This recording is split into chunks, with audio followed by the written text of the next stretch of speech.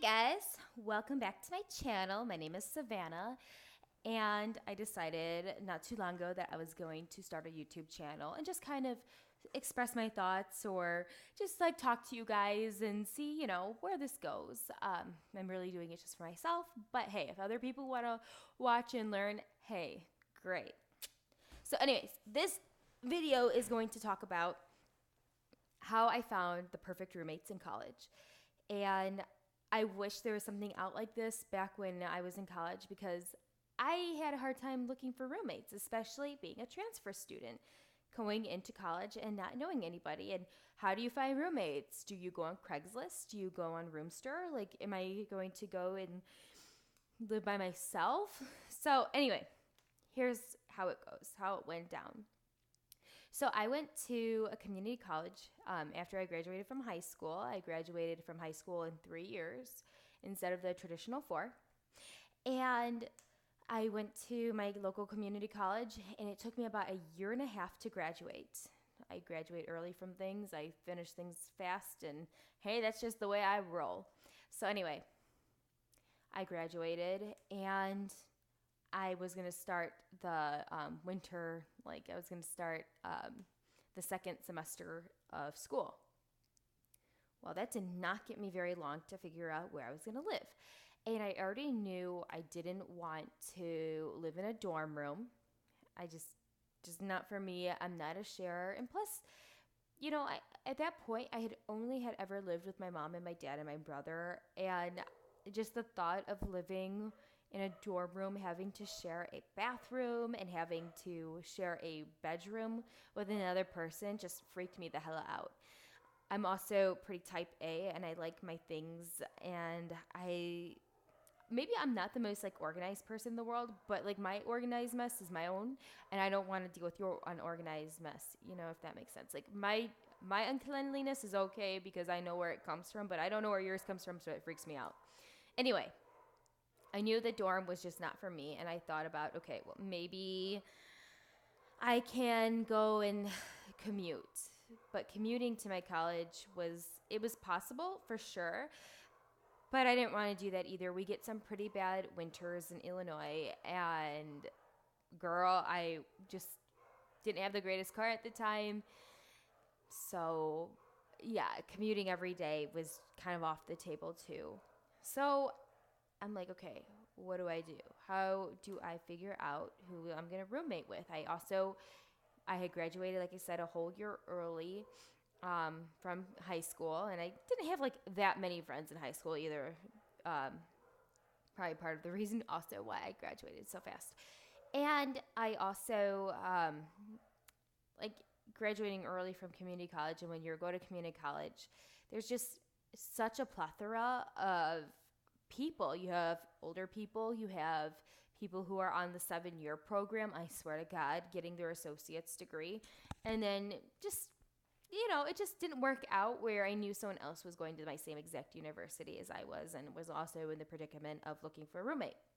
So I started, I went online, of course. I mean, that was like a long time ago now, but internet still helped tremendously. Went online. I went to roomsters.com, and I know it costs money I think, to post an ad, but to review the ad, I think it's free, if I remember correctly. It might be different now. I don't even know if that website still exists. Went on Roomster. Wasn't really seeing much. I went on Craigslist and wasn't really seeing much. And so I went up to the college and I started thinking, okay, you know what? You're going to end up living by yourself, and that's okay. Go live by yourself. And I started like looking at all these different kinds of apartments. Now, when you're looking for an apartment in a college town, they are not luxurious. They are very basic, not the cleanliest. I mean, it's kind of like a motel when that's what you're looking at, is like motels versus like a hotel kind of experience. So I just remember being super shocked. Like I'm from a suburb, and there was like the washing machine and dryer in the kitchen, and I just remember going, "What is this? I've never seen anything like that before. That's so weird." Oh, well, you're a small single girl living on the first story or like, the ground floor of an apartment. Ooh, I don't know this neighborhood. Is that safe? So I kind of was getting very discouraged at that point. I must have looked at like 10 or 15 different apartments and studios versus not studios. Is this included with heat or is this included with water? What's all included? And mind you, I was also paying for this by myself. Like, I had a great support system with my parents, but they were not going to give me money to support me living in an apartment. So finally, I was kind of like teeter-tottering. Am I going to live by myself? Am I commuting? Like, I had no clue what was going on, and I just did not have the time to like figure it out. So I went on Craigslist one more time, and I found this ad. Now, caution, I know a lot of times that's scary, going, oh my gosh, I need a roommate, and I'm going on Craigslist and I don't know these people. But you're in a college town. They're college kids. They're all in the same situation. They're all looking for an apartment, and people are looking for roommates out there. Now, if I moved to LA and I looked on Craigslist for a roommate, that's a different situation entirely. But this is my story. So I found an ad that said, like, 4-bedroom apartments located close to the campus. Looking for a girl. Perfect. And there was 3 girls that lived there already. The other girl was a nursing student who's graduated and is looking to sublease her apartment for the next semester. So I thought, okay, this sounds good. I don't know these girls. Let me go ahead and I will take a chance and just like interview and see how it works. So me and my mom and my dad went to this apartment, and girl, it was not like the cleanest thing. It was 3 girls, 4 people were living there. 4 people were living there. But you know what? It had the best layout. It made the most sense. All the bedrooms in that apartment were pretty consistent. They were all pretty like the same size. I would have been, and there was 2 bathrooms. So I would be sharing with this other girl, and the other 2 girls would share their bathroom with another girl. And it just so happened that my bedroom was actually the biggest, but not by very much. So I thought, you know what? I can do this.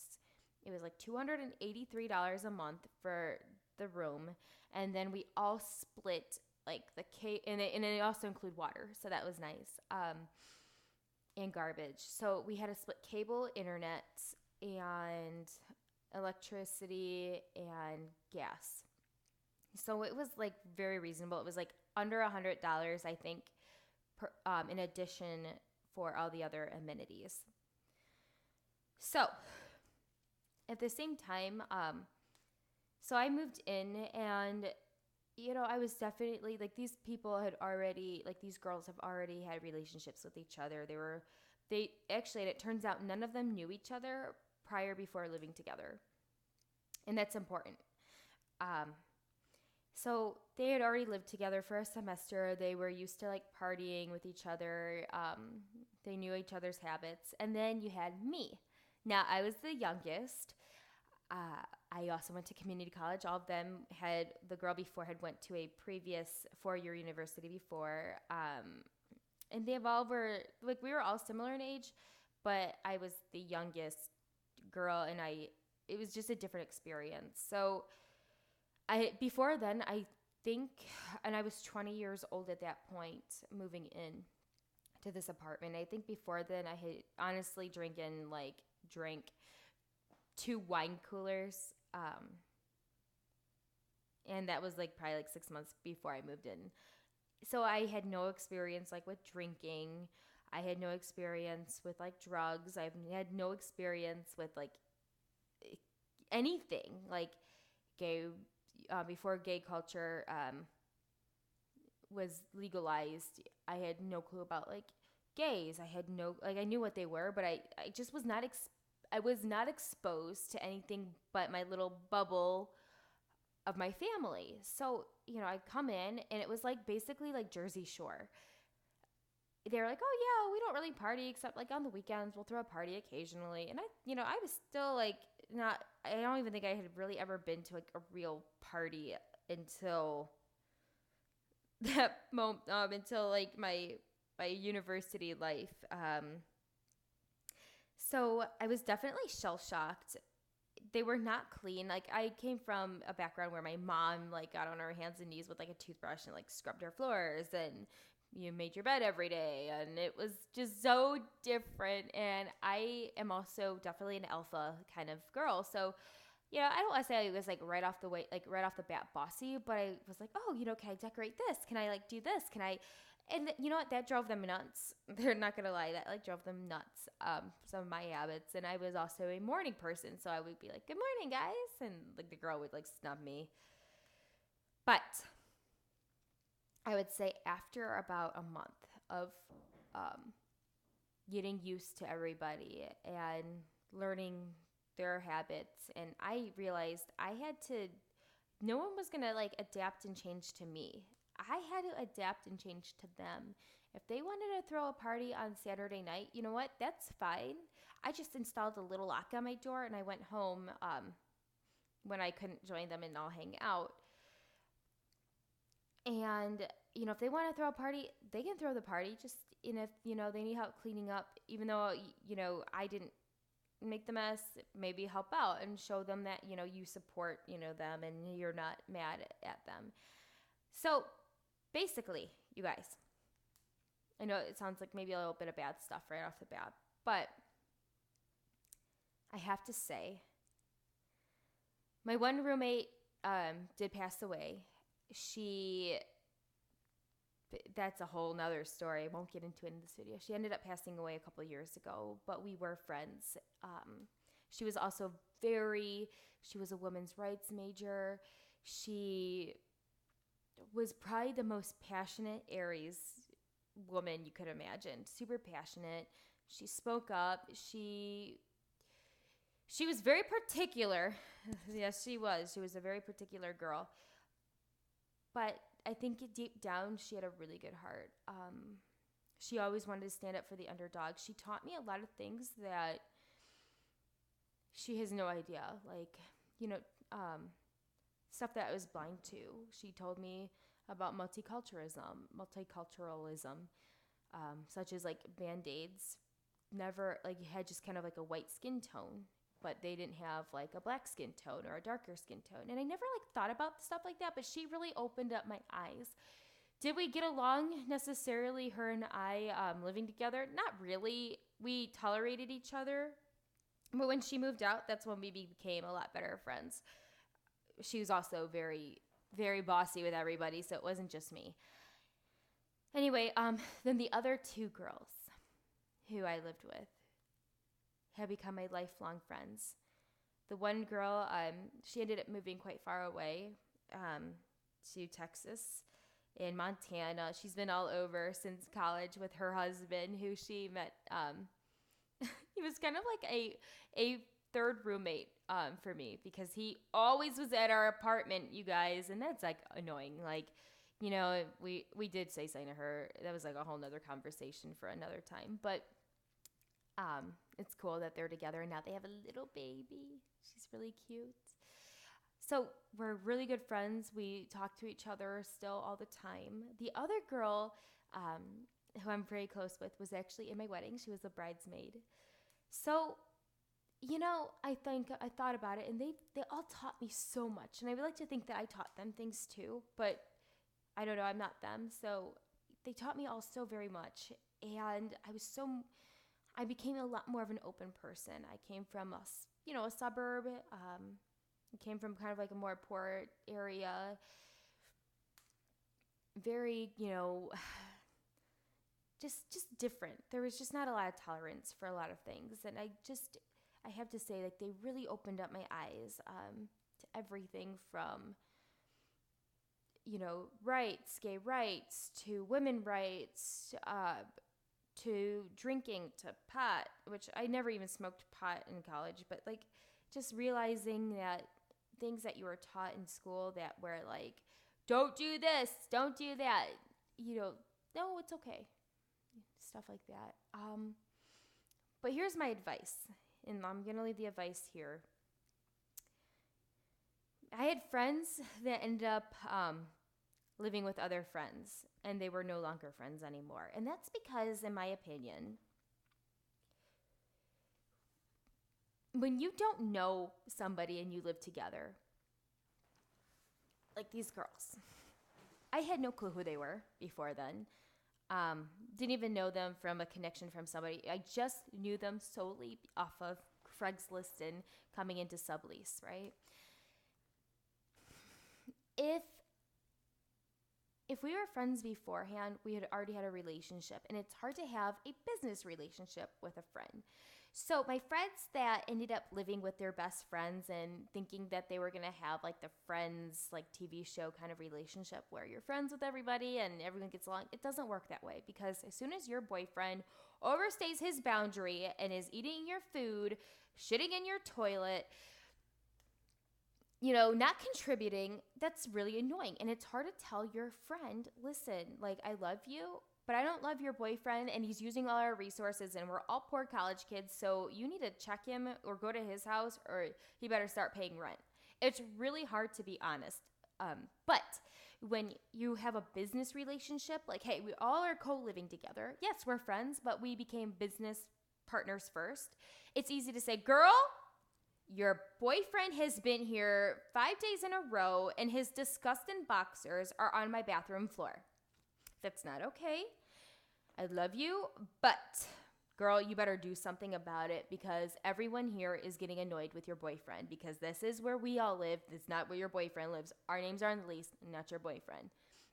It's easier to have that conversation. Or it's easier to say, listen, stop being a pig, girl. Like, your dishes are all up here. Like, go clean them up. Go put them in the dishwasher. Like, it's just so much easier.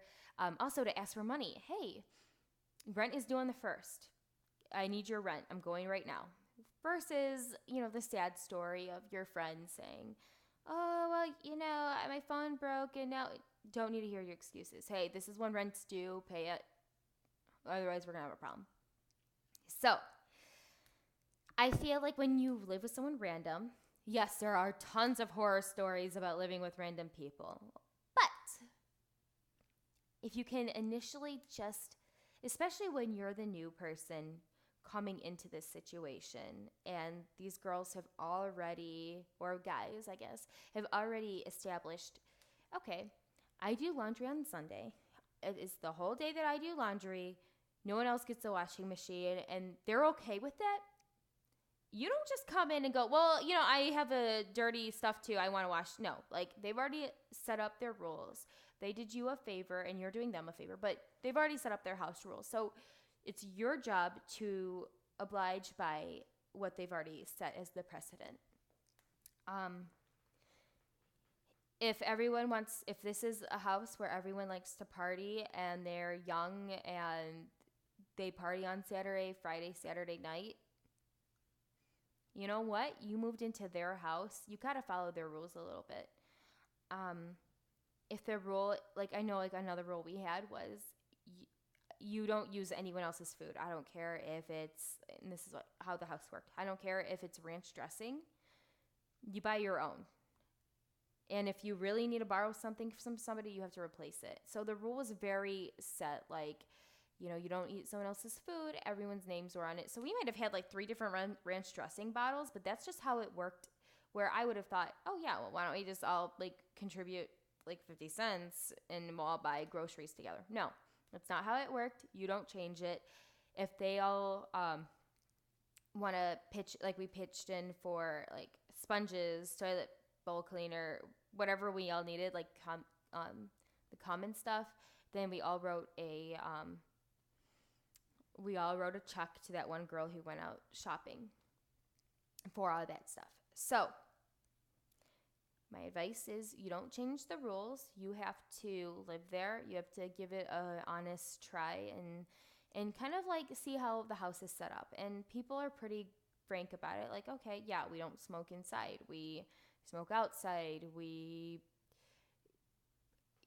If they have a disgusting couch, you don't just throw it away and buy your own couch. Like, you have to, you use what they have.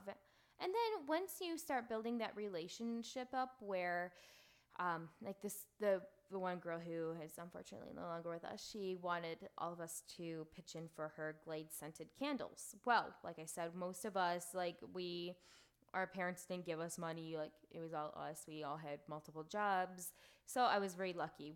I lived in a pretty independent house. So I ended up talking to one of the girls and said, in my opinion, she's buying kind of frivolous stuff, like things that aren't necessary. And if she wants candles, she can buy them. That seems a little extra to me. Like candles aren't really a necessity to clean. But I'm okay with buying like, a better paper towel, or, I'm okay chipping in for the toilet paper, whatever, or sponges or dish soap, whatever. But eventually we were all able to like communicate. So I've went on way too long for this video. Hopefully this kind of gives some like good advice. I think if you have move in with someone a little bit more random, it works out better, just because like when you're friends with somebody, most of the times you're not going to be friends with them again. There's just too much drama. Usually there's too much of a friendship already. And hey, you know what? I'm sure there's cases out there where it just worked out super perfectly, and hey, great. But I would say mostly of everyone I've ever met who lived with somebody who were friends first, were not friends afterwards. Feel free to, write something in the comments. Let me know if this video was helpful, if what I could do better. This is, like I said, like a new channel for me. Let me know about your roommate stories. If you moved in with some random people that you found online and it worked out really great and you guys are still like great friends, let me know. I would love to read all your guys' comments. And also, let me share in the comments too if you moved in with one of your best friends and you are no longer friends. I would be interested to hear that too. So I will see you guys later. Thank you so much. Bye.